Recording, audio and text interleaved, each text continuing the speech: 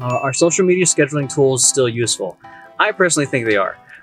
As someone who's um, got his hands in a whole bunch of things, it's very easy to forget your own personal brand and not post or not be consistent. And I think consistency is important overall, which is why I love using tools like Later to help schedule ahead of time. I have it's right October right now. I have a lot of my content scheduled until November, which helps. Along with that, having a solid content library so you can pull a variety of content in case you don't have anything new.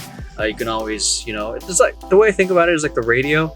Like people, like you hear the same song like 10, 20 times a day. Why can't you do that the same with your content? Albeit don't post the same content, the same photo 5 times a day, but use that same photo a month from now or 2 months from now. You can always reuse it or even remix it. If it's a photo, add some graphic designs to it. So I'm going off on a tangent in content creation, but yeah, I think they're still pretty useful. Another platform that I really like is called Meet Edgar. We did a pretty comprehensive review and overview of it on the Vision Paradox channel, so make sure you guys check it out. It's pretty much like literally autopilot on your social media. Because of that, I've been able to consistently post 3 to 4 times a day on my Facebook and on the Vision Paradox Facebook consistently through just cycling the content. It's like a playlist that goes in an infinite playlist, so to speak. And then all you got to do is add to it, and the playlist gets longer. You can remix it, shuffle the order. That way you're not repeating the same thing over and over again.